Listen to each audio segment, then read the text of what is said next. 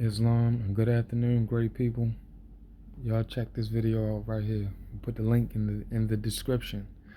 Critical thinking, fallacies, straw man fallacy. And the channel here is wireless philosophy. Now watch this video.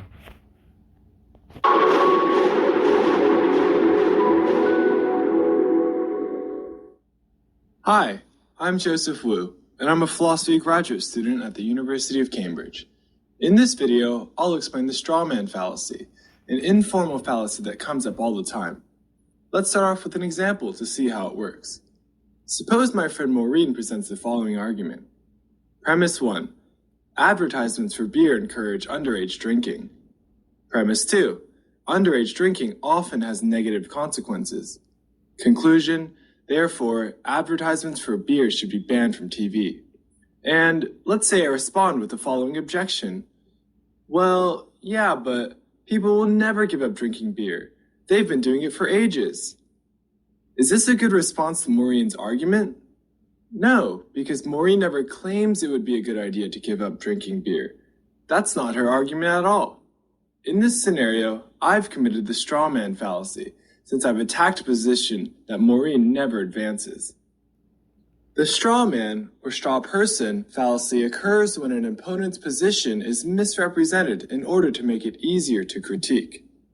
Just like how a man made of straw is intended to resemble an actual man, a straw man fallacy occurs when an opponent's position is presented in a way that resembles the original claim, but is not the actual claim advanced. It creates the illusion that a position has been refuted or critiqued by switching out the original position with a different one. To see this more clearly, consider the following two claims.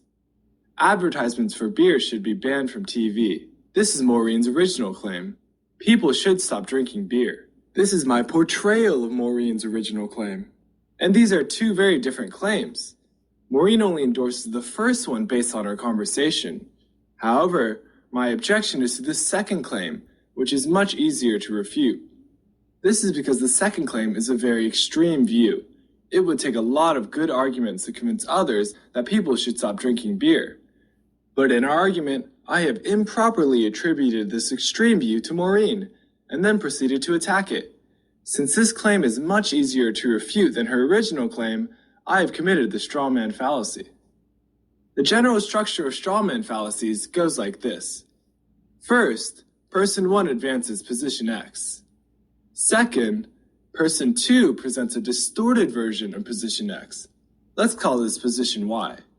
Third, person 2 attacks position Y. And fourth, person 2 concludes that position X is false.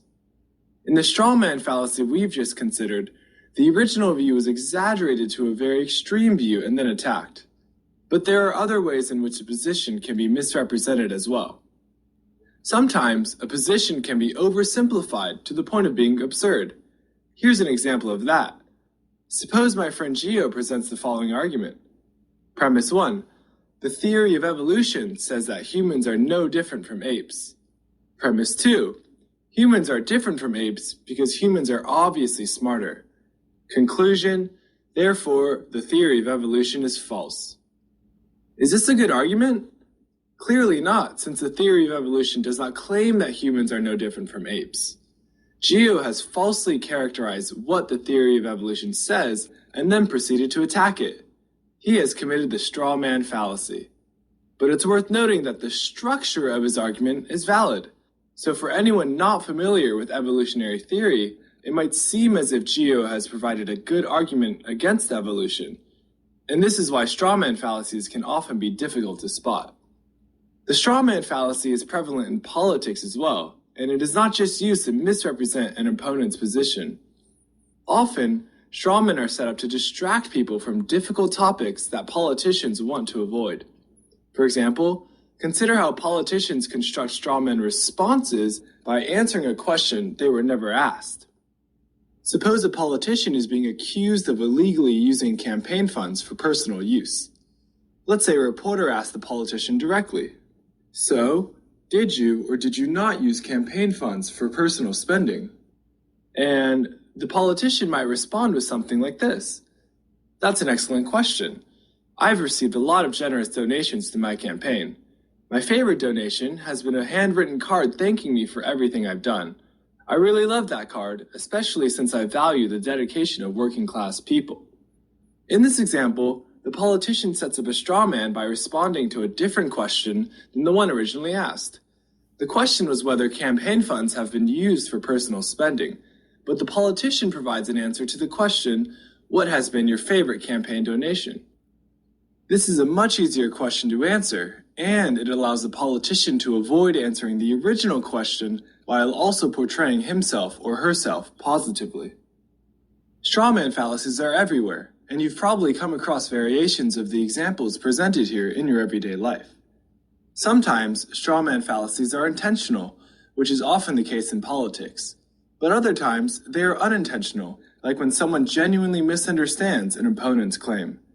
In order to keep discussions productive, it is important to grasp the exact position being advanced before proceeding to attack it. Otherwise, you may be guilty of committing the strawman fallacy.